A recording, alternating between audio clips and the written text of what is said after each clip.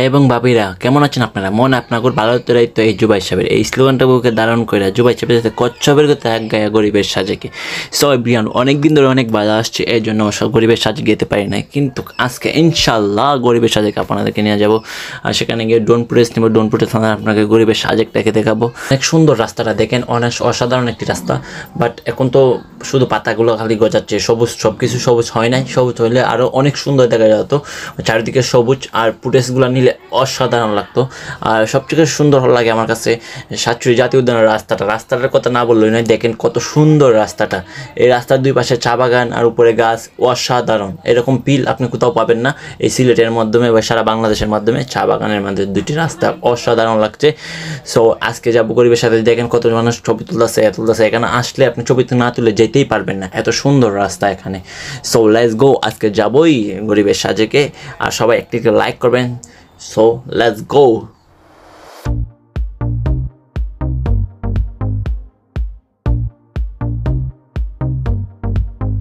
হলো সূর্যাস্ত, বাংলা তবু জাগে, ধুলোয় চিন্তা সব মিলিয়ে যায়, হাতে হাত সারা রাত আলোয় ভরে যাক, হাতে হাত সারা রাত আলোয় ভরে যাক, বাংলা ঘুমোয় না।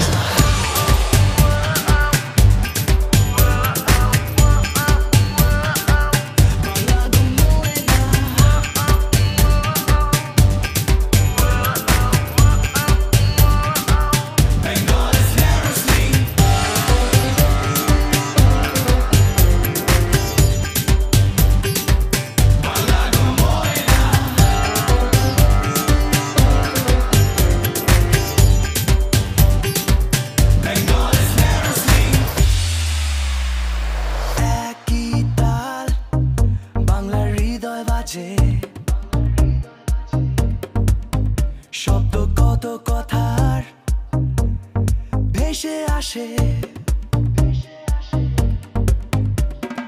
রাতের তারা দেখে চোখ আলোয় ভরে যাক, চোখের তারার কাছে রাতে কালো মুছে যাক,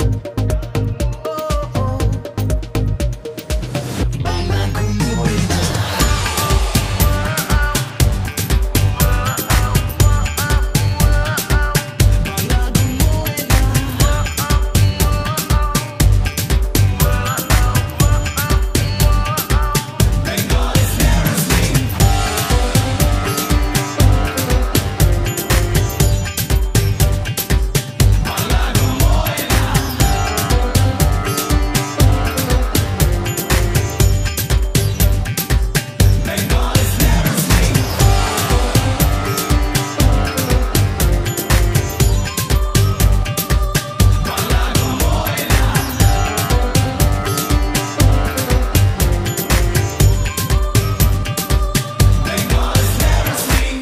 গাইজ দেখছেন গরিবের সাজেক বলে কথা, গরিবের সাজেকটা মোটামুটি অনেক সুন্দর, আলহামদুলিল্লাহ।